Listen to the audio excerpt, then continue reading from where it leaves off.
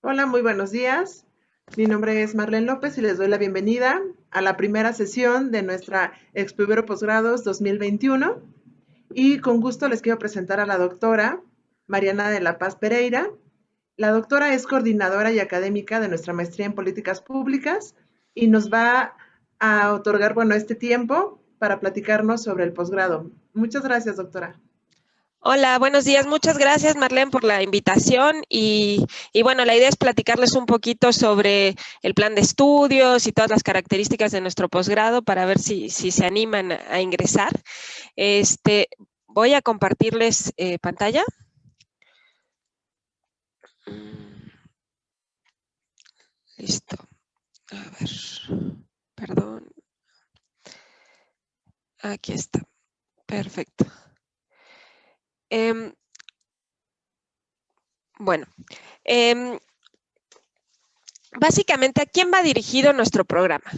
Bueno, nuestro programa en general, pueden ver ahí que tenemos funcionarios públicos, consultores del sector privado, funcionarios de organismos internacionales, de organizaciones no gubernamentales, pero en general la verdad va para cualquier persona que esté interesada en conocer a profundidad las políticas públicas y básicamente son personas que están comprometidas tanto con la calidad académica como con cuestiones para transformar el país, ¿no? O sea, gente interesada en transformar la situación socioeconómica y política del país y que busca tener estas capacidades técnicas y analíticas que nosotros ofrecemos, ¿no? Entonces, bueno, pues nuestro objetivo es obviamente formar profesionistas de excelencia con altos estándares académicos, pero también éticos, y que sean personas que estén dispuestas a analizar problemas de política pública, a ver cómo se pueden hacer diagnósticos para esto, a diseñar políticas públicas, ver cómo implementarlas, monitorearlas y evaluarlas, ¿no?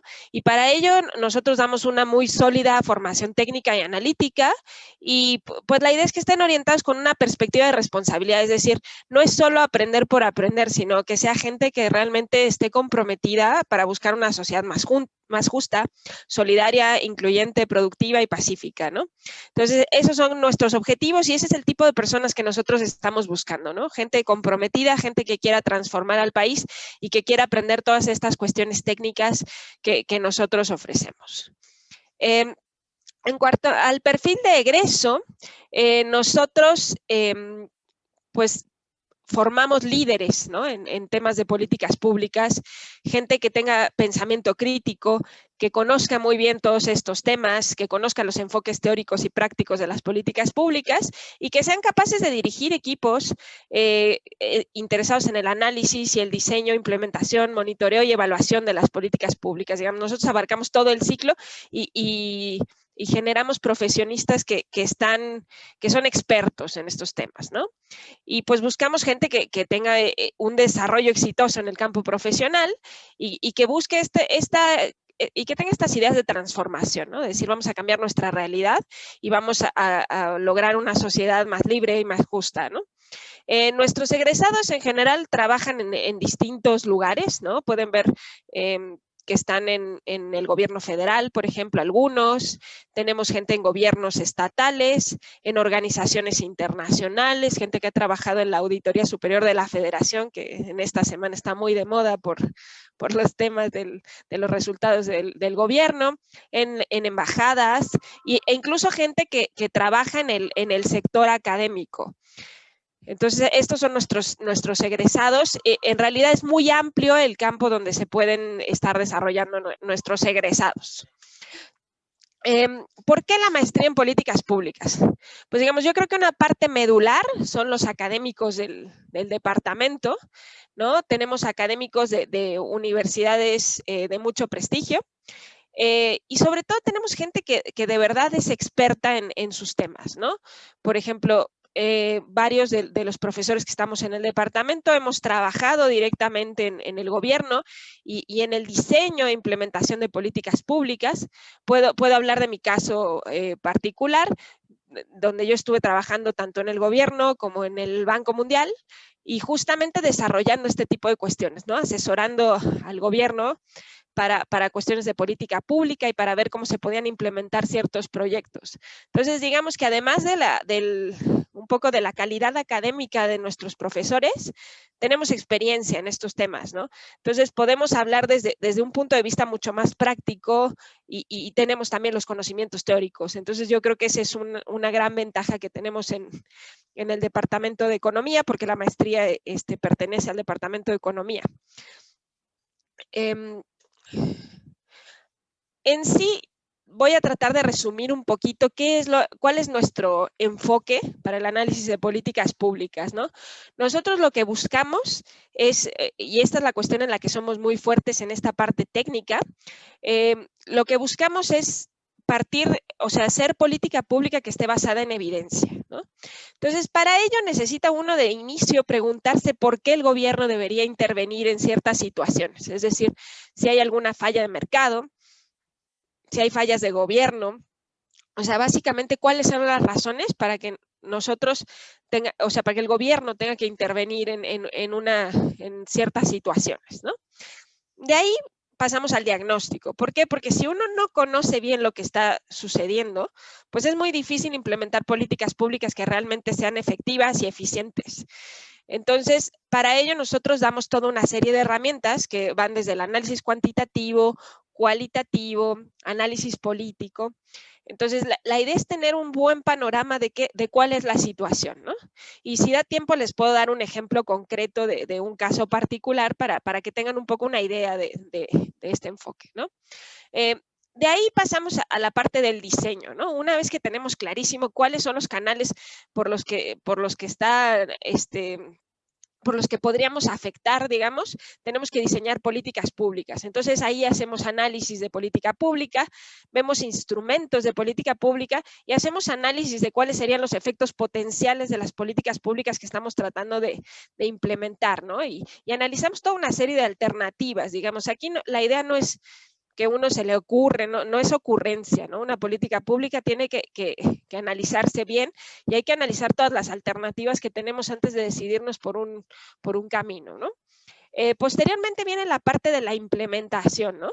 La implementación, pues no es solo decir, pues esta es la política, hagámosla, requiere bastantes análisis operativos de las capacidades, cómo lo vamos a implementar, cuáles son las reglas. E incluso hay una parte que incluye negociación. A veces hay que negociar con ciertos agentes para que las cosas funcionen. Y también comunicación, porque de pronto a veces hay políticas muy buenas, pero fallan en la parte de la comunicación y la gente ni se entera de cuál es la política. Y a veces la gente no toma ciertos instrumentos, pues porque no sabía, ¿no? Digamos, créditos, cosas así que luego hay en la economía, que son instrumentos de política pública, que la gente no las está tomando porque simplemente no se enteró, ¿no? De ahí pues viene también un análisis de finanzas públicas, cuánto nos va a costar, de dónde vamos a sacar los recursos, ¿no? Y una vez que ya logramos esta implementación de la política, pues hay una parte que tiene que ver con el monitoreo, ¿no? Que muchas veces mucha gente se brinca directo a la evaluación, pero también hay una parte de monitoreo donde tenemos que analizar pues cómo están funcionando, si lo estamos implementando bien, si operativamente está funcionando bien, tener una serie de indicadores que tienen que ver con cómo estamos nosotros implementando o cómo está funcionando en la práctica esta política. Y ya de ahí viene la parte de la evaluación, ¿no? Que en muchos casos pues debe incluir un análisis cuantitativo en el cual nosotros podamos decir realmente pues cuál fue el impacto de la política implementada, ¿no? Y bueno, y toda la idea de esto es poder tomar decisiones con base en evidencia, digamos. Si uno llega a la conclusión de que la política que implementamos no funcionó, pues la lógica sería que hagamos modificaciones para tratar de que en siguientes rondas de la política, digamos, o en siguientes implementaciones, funcione. Entonces, eso es lo que nosotros buscamos, tener todo y es lo que ofrecemos, todo este panorama, digamos, y todos los instrumentos necesarios para poder desarrollar todo este ciclo de la política pública. Otra razón para estudiar la maestría en políticas públicas en la Ibero, pues básicamente es que nosotros somos una universidad jesuita y pues además hay más de 200 universidades jesuitas en el mundo. Entonces esto nos ofrece oportunidades a nuestros alumnos, pues ya sea para hacer algún intercambio o simplemente pues para conocer, ¿no? Y para moverse en esta red de universidades jesuitas. En particular del departamento, nosotros tenemos algo que se llama el GeoLab, donde se realizan análisis territoriales. Entonces, este es un apoyo, digamos, no es como tal parte de la maestría, pero es un apoyo que ha servido, por ejemplo, a nuestros alumnos para poder desarrollar proyectos de tesis que estén enfocados en cuestiones territoriales, ¿no? Adicionalmente, en el GeoLab se ofrecen cursos gratuitos casi todo el tiempo de distintos temas, por ejemplo, cómo hacer mapas, programación, análisis estadístico, que complementan la formación de nuestros alumnos. Entonces, es una cuestión importante, es un apoyo importante para nuestros alumnos.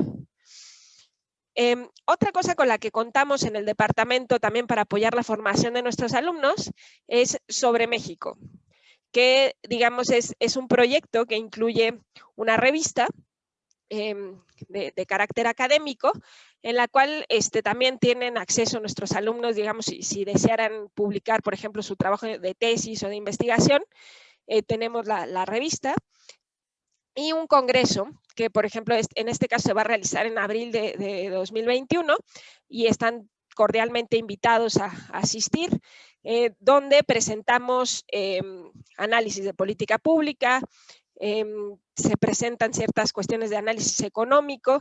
Entonces es un seminario relativamente grande, en este caso va a ser virtual por la situación actual, pero bueno, es una oportunidad para que conozcan de alguna forma pues los avances que hay en la disciplina, digamos, y en la economía. Adicionalmente, participamos en redes de escuelas de políticas públicas y de administración pública. Nosotros pertenecemos a ANASPA, que es la Asociación de Escuelas de Política Pública de América del Norte, y también a la Red Interamericana de Educación en Administración Pública. ¿Qué nos permite esto? Pues nos permite acceso a conferencias anuales, a conocer mejores prácticas, digamos, porque podemos reunirnos periódicamente con personas de otras universidades y de otros programas de políticas públicas. Ellos nos dan también asesoría para tratar de mejorar el programa, nos da acceso a publicaciones y también permite que nuestros alumnos puedan acceder a ciertos concursos y simulaciones de política pública. Por último, también nos da acceso a información. Ahora voy a hablar un poquito más de esta cuestión del concurso de política pública, porque creo que es algo muy complementario a la formación de nuestros alumnos y es algo muy, muy interesante. Cada año se realiza esta competencia que se llama la NASPA Batten Student Simulation Competition. Y digamos, todos los años lo que se hace es que se selecciona un tema en particular y se crea un ejercicio de simulación en el cual participan los alumnos de todas estas escuelas que pertenecen a NASPA. Nuestros alumnos han participado en los últimos 3 o 4 años y, por ejemplo, en 2018 el tema fue la pandemia. Entonces los alumnos pues participaron y tomaron decisiones de política pública para tratar de combatir una pandemia, ¿no? La competencia del año pasado fue sobre ciudades sustentables y también participaron nuestros alumnos y bueno, en muchos casos tienen la oportunidad de viajar a otras universidades y de participar y generalmente los equipos pues son equipos conformados por alumnos de distintas universidades, lo cual también creo que les sirve mucho a nuestros alumnos porque les da como una perspectiva muy amplia sobre cómo ven en otros lugares las políticas públicas y pues también es un ejercicio en el cual pueden aprender. Este año, por ejemplo, van a participar 3 de nuestros alumnos en esta competencia que va a ser, de hecho, este sábado. Y pues bueno, la idea, están en estos equipos que son de diferentes universidades y el tema que se va a retomar este año, por ejemplo, es la pandemia. Entonces, digamos que va a ser la pandemia 2.0 y tratar de analizar esto en el contexto del COVID, ¿no? Este año va a ser virtual, pero los otros años ha sido una cuestión de viajar a algunas universidades de Estados Unidos o de América Latina, donde los alumnos participan, ¿no? Y esperamos que, bueno, esta situación, una vez que se arregle esta cuestión de la pandemia, pues podamos regresar a este tipo de competencias de manera presencial. ¿no? Aquí pueden ver fotografías de nuestros alumnos participando en el concurso y en la competencia. Hemos tenido algunos alumnos que han estado entre los equipos ganadores. Entonces, eso es una experiencia que creo que es muy, muy formativa para nuestros alumnos y que pues les permite esto, ¿no? Conocer un poco las ideas que tienen alumnos de otras universidades en Estados Unidos o en América Latina y pues enriquecerse con este ejercicio, ¿no? Otra cuestión que tenemos, que también consideramos que es muy importante para la formación de nuestros alumnos, es el curso de dinamizador o dinamizadora territorial, ¿no? Este curso viene de un proyecto que se llama SUSTER, que es de la Unión Europea y recibe fondos del programa Erasmus de la Unión Europea. Y pues la idea es que se da un curso en el que participan alumnos de muchas universidades de Europa y de América Latina, en el cual pues la idea es tratar de formar dinamizadores territoriales, es decir, gente capaz de alguna forma de dinamizar un territorio, ¿no? De hacer crecer regiones rezagadas, por ejemplo.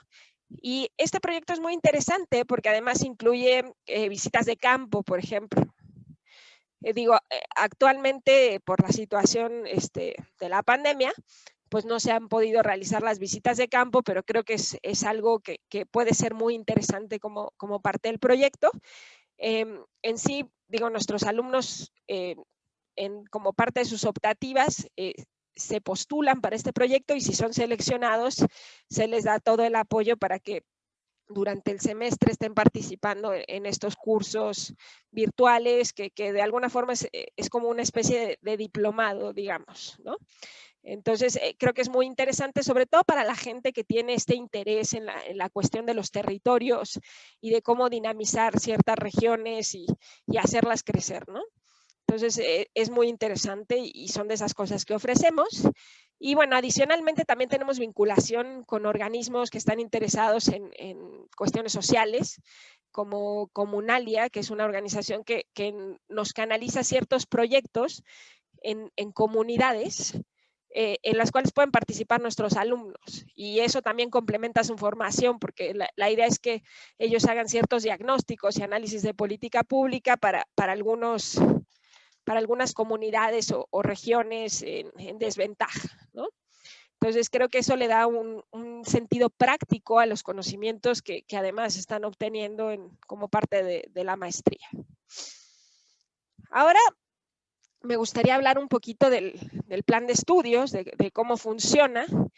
Entonces, digamos, son 4 semestres y bueno, como pueden ver aquí, la idea es que durante el primero y el segundo semestre, los alumnos puedan obtener de alguna forma todas las herramientas que necesitan para estos diagnósticos y análisis de política pública.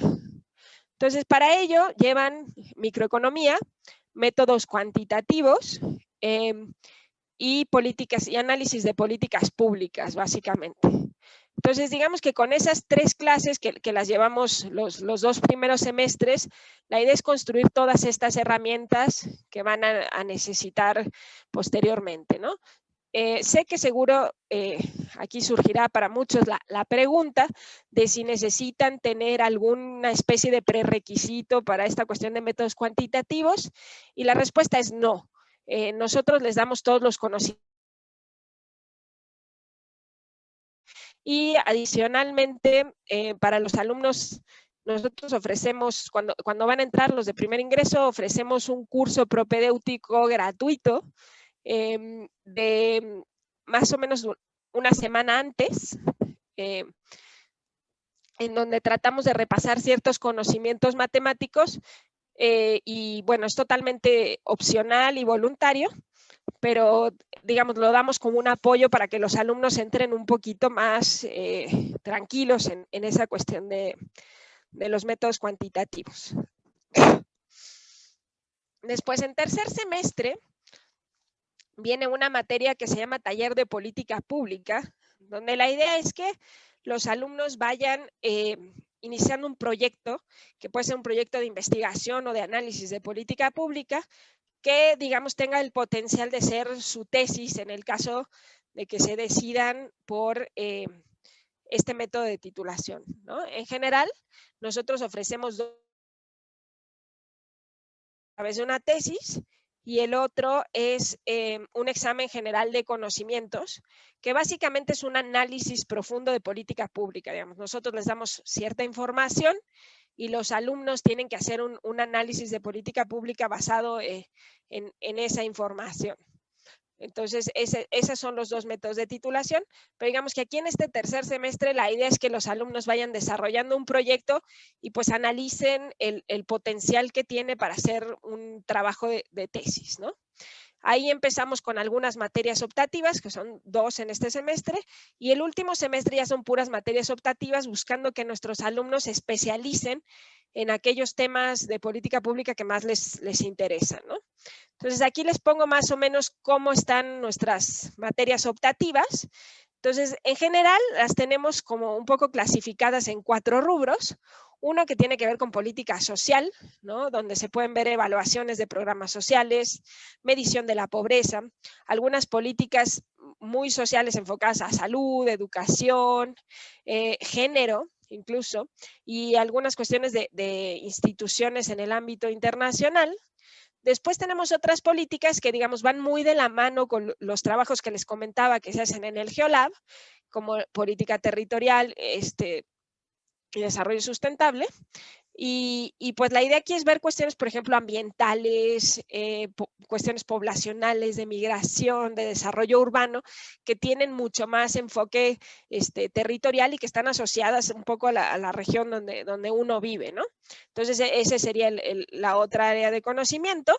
Y por último, una que ya es un poco más operativa, que tiene que ver con la gestión del sector público, digamos. Aquí metemos cosas como negociación, que son cosas, habilidades importantes que se deben tener en el sector público para poder implementar políticas. Cuestiones de finanzas públicas, que tienen que ver con la forma en la que vamos a financiar los proyectos que vamos a hacer, e incluso algunas cosas de economía del comportamiento que, digamos, apoyan un poco estas decisiones de política pública que se hacen, ¿no? O sea, ver cómo vamos a generar incentivos correctos, entender este tipo de cosas de economía del comportamiento ayudan a eso. También tenemos cosas de regulación, de opinión pública, políticas anticorrupción, ¿no? Y de información y de competencia económica. Y por último está el área de métodos, digamos. Esta es para quien quiere profundizar, digamos, en los métodos que aprendió un poco en los primeros semestres.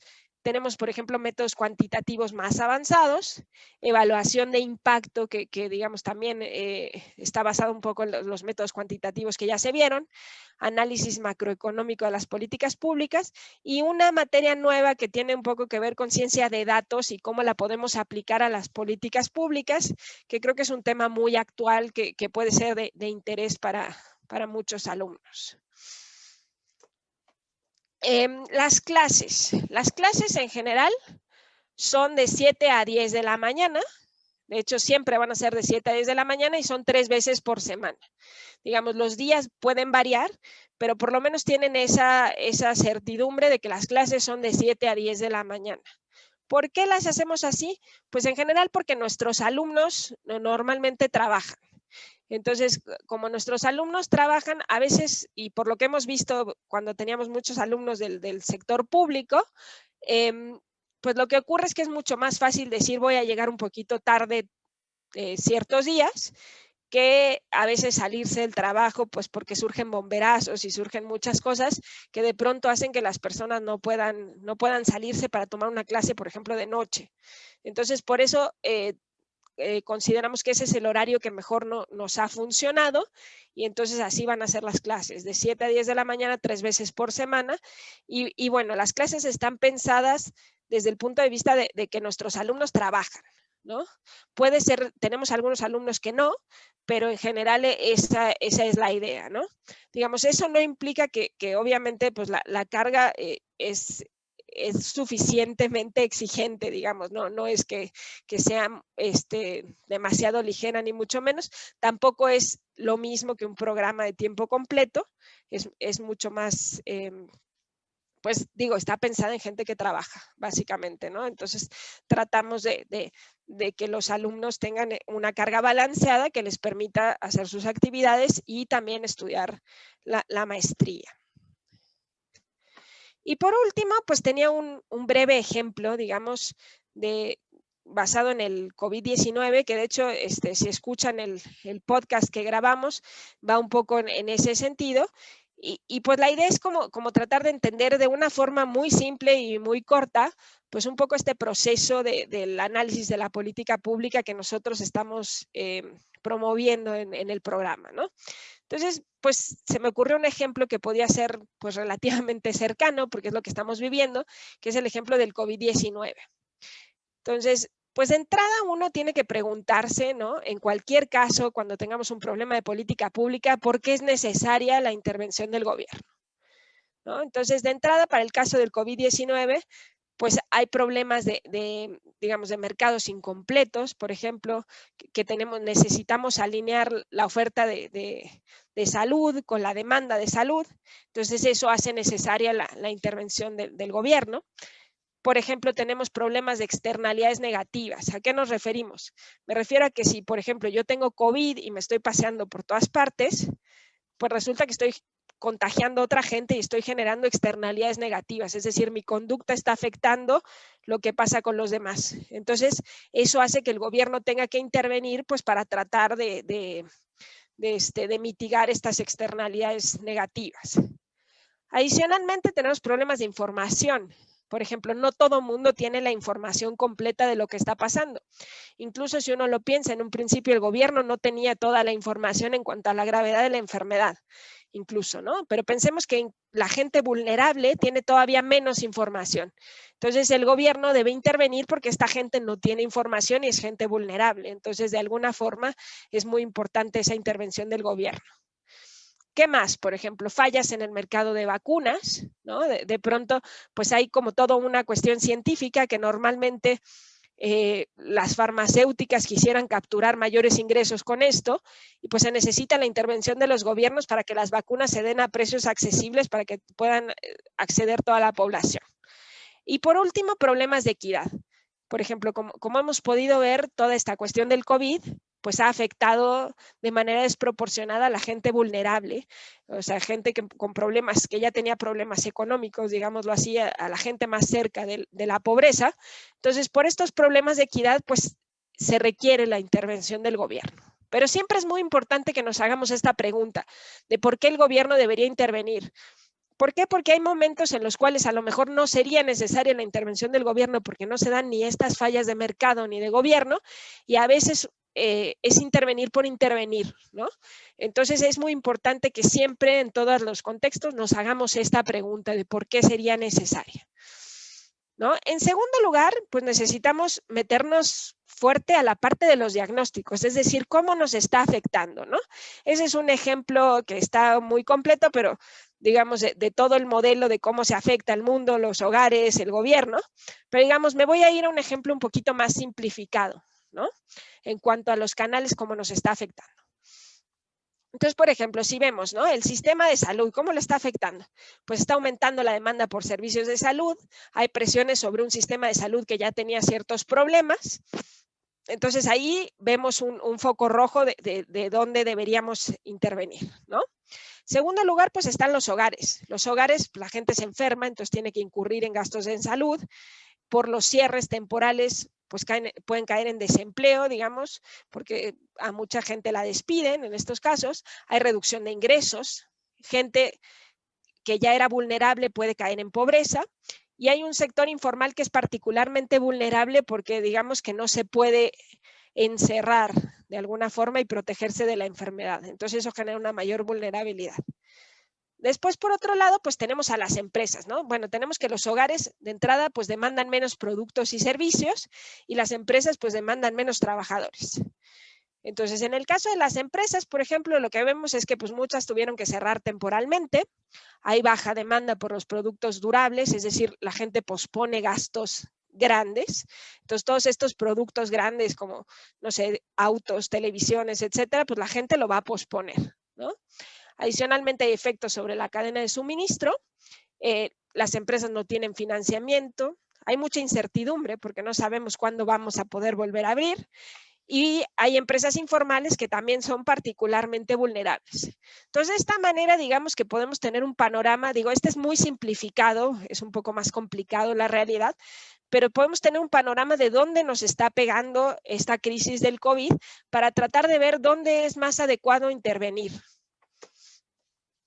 Adicionalmente, por ejemplo, podemos ver que solo 15% del empleo tiene una alta probabilidad de realizarse de manera remota y que muchas de las actividades pues requieren cierto contacto, por ejemplo, actividades de salud, actividades incluso, por ejemplo, gente que se dedica a peluquería y este tipo de cosas, pues también requiere mucho contacto con la gente y por lo tanto está más vulnerable, ¿no? Y que hay una alta participación de mujeres en actividades que requieren ese alto contacto. Entonces ya vemos aquí, por ejemplo, que las mujeres son un grupo particularmente vulnerable y que mucha gente pues no va a poder realizar su trabajo de manera remota. Y, por ejemplo, los que sí lo pueden hacer tienden a ser corporativos, servicios profesionales y científicos y algunos servicios financieros que ya de entrada pues eran gente que era menos vulnerable que el resto, ¿no? Entonces, esto también nos da un panorama y contribuye al diagnóstico que necesitamos hacer antes de tomar decisiones de política pública, ¿no? Aquí, por ejemplo, tengo más cosas sobre las empresas y vemos las empresas que cerraron temporalmente, las empresas que redujeron empleo, las empresas que perdieron en términos de ventas, y esto es solo para la fase inicial del COVID, digamos. O sea, esto ya puede ser mucho mayor si uno lo analiza con datos más actuales. Por último, pues podemos ver las medidas que implementaron las empresas ellas solitas, digamos, sin ningún apoyo del gobierno. Y pues bueno, vemos que en realidad no son muchas las empresas que pueden aplicar ciertas medidas como comercio electrónico, pedidos a domicilio, home office, etcétera, ¿no? Entonces, esto nos da un panorama de cuál es la situación para tratar de tomar mejores decisiones de política pública. Entonces, en cuanto a las respuestas de política pública, lo que podemos notar es que hay dos momentos en los cuales podemos intervenir. El primero de ellos es la parte de la crisis. Entonces, en la crisis ya vimos los canales donde se están afectando y pues necesitamos hacer medidas rápidas que se enfoquen en evitar que cierren permanentemente las empresas, ¿no? Entonces, nosotros necesitamos hacer programas que sean fáciles de focalizar, es decir, aprovechar infraestructura existente de apoyos y aprovechar algunos mecanismos para llegar a la gente vulnerable, es decir, podríamos aprovechar los programas sociales y cosas que sean fáciles de hacer. Por ejemplo, ¿qué se puede hacer? Se puede diferir pagos de luz, se pueden diferir algunos pagos por ejemplo, de impuestos, etcétera, para tratar de pegarle a la crisis de manera rápida. Y en esta parte de la crisis no te debe importar si a lo mejor estás duplicando esfuerzos, si hay gente que está recibiendo más apoyo del que debería, porque pues la idea es atacar la crisis, ¿no? Después viene un segundo momento que ya es cuando, digamos, de alguna forma ya estamos como en el fondo de la crisis y lo que necesitamos ya es enfocarnos en la recuperación.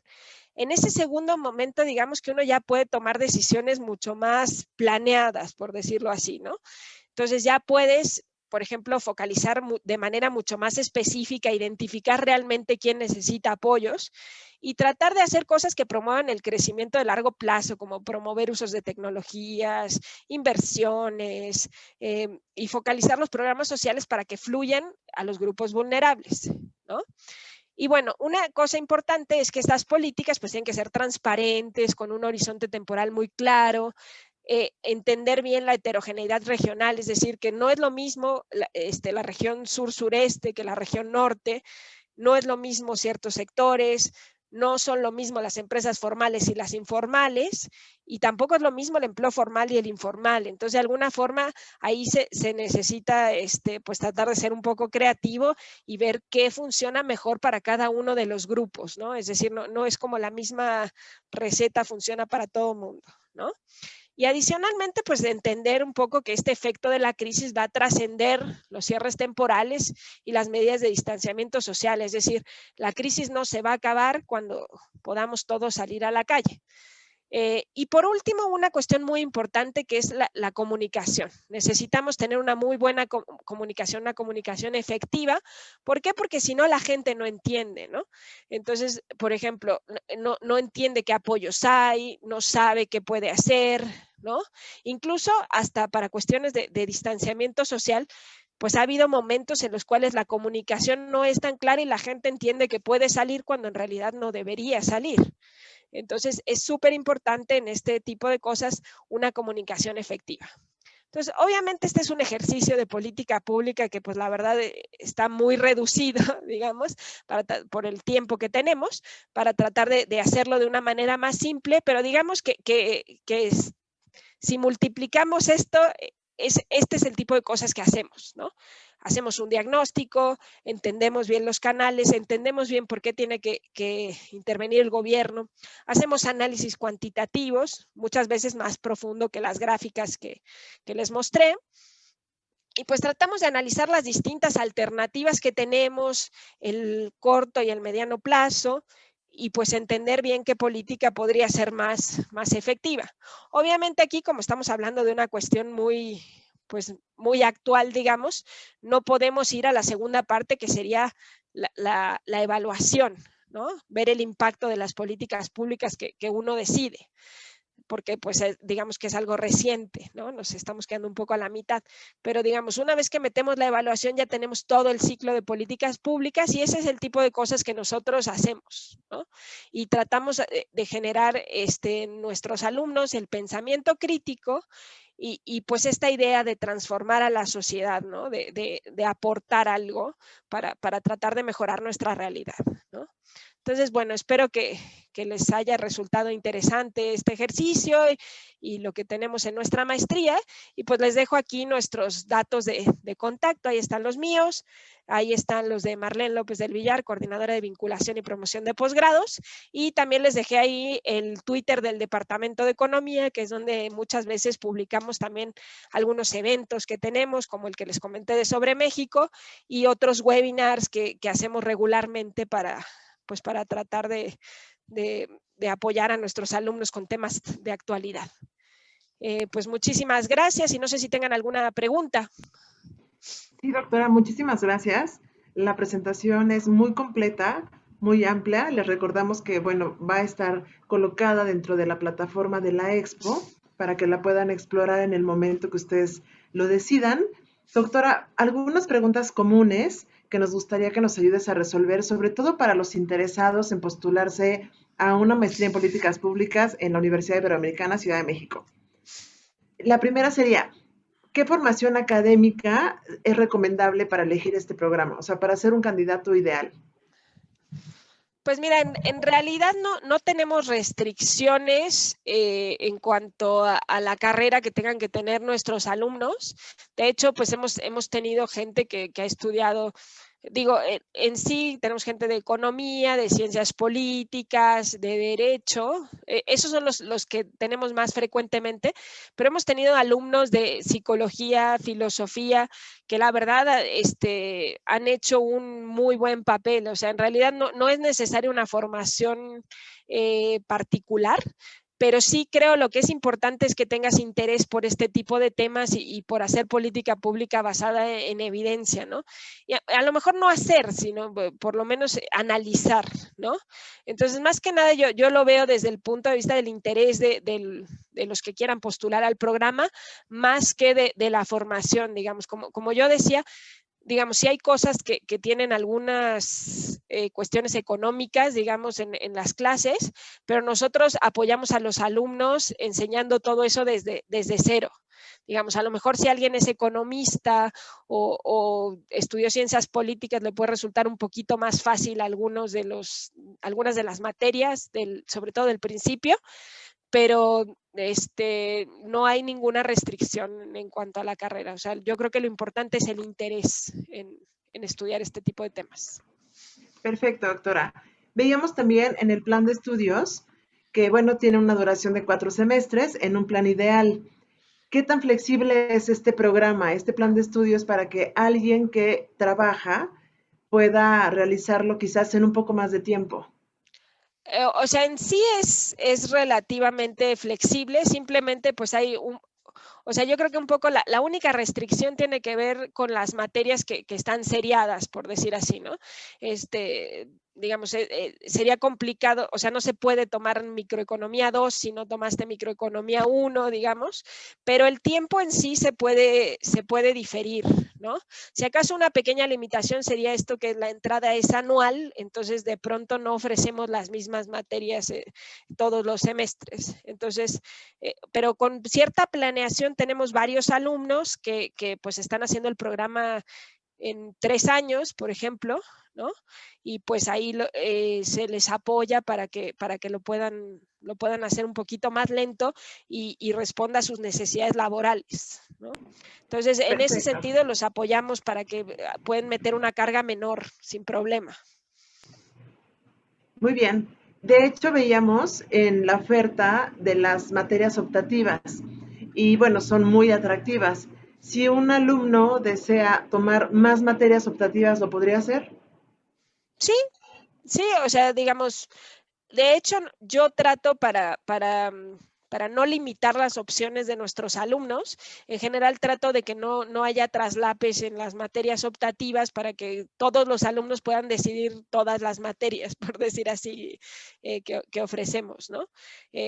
Normalmente, pues obviamente hay como ciertas restricciones de es complicado abrir una optativa para un alumno solo, por cuestiones de cupo de los alumnos y esto.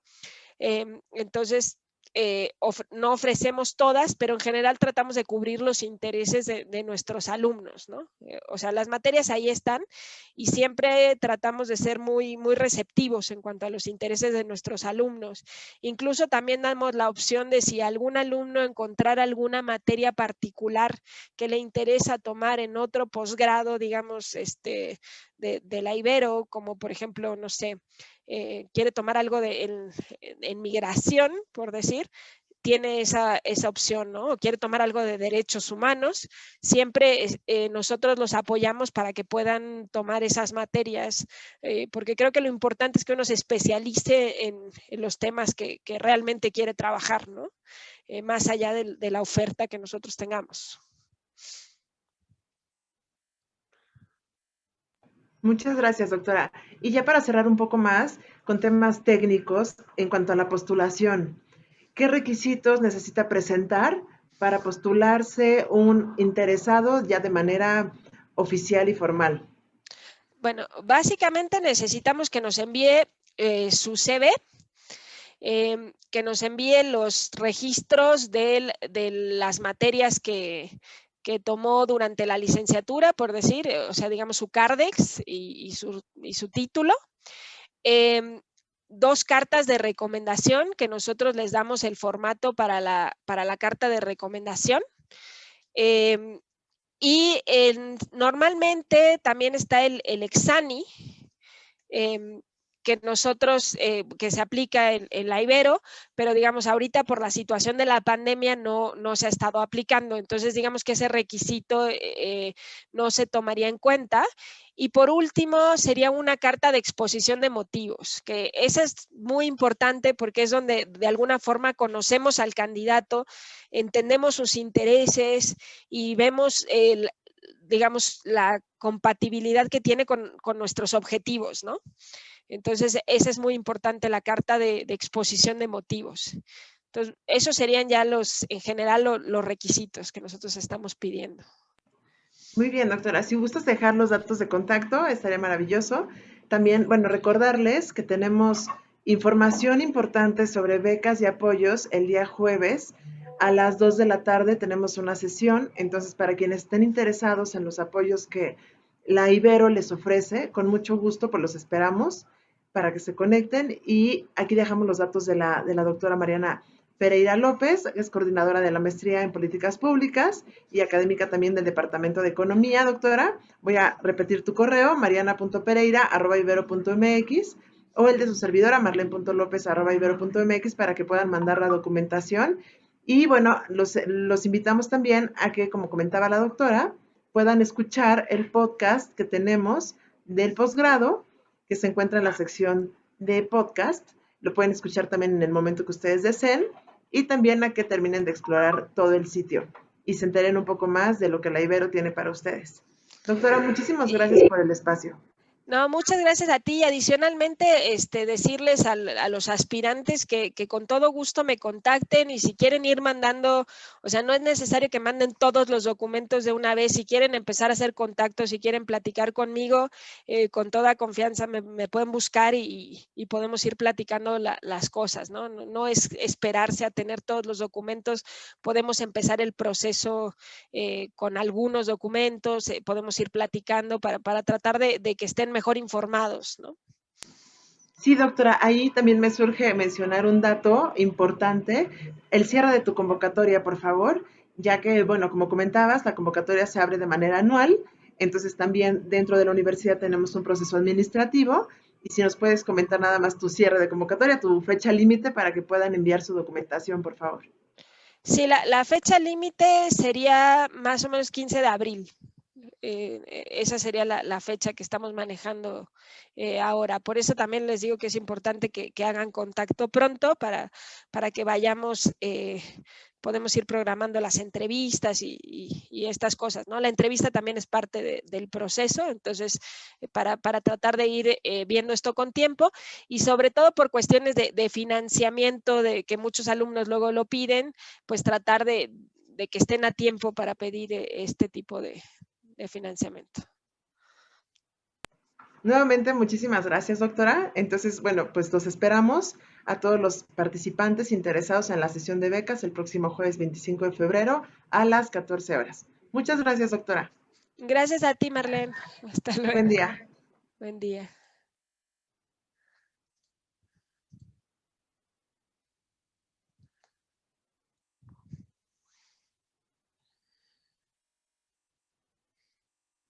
Muchas gracias, doctora. Vamos a dejar de grabar. Bueno, de Perfecto. cualquier manera, la agencia va a hacer una pequeña edición Ok, súper.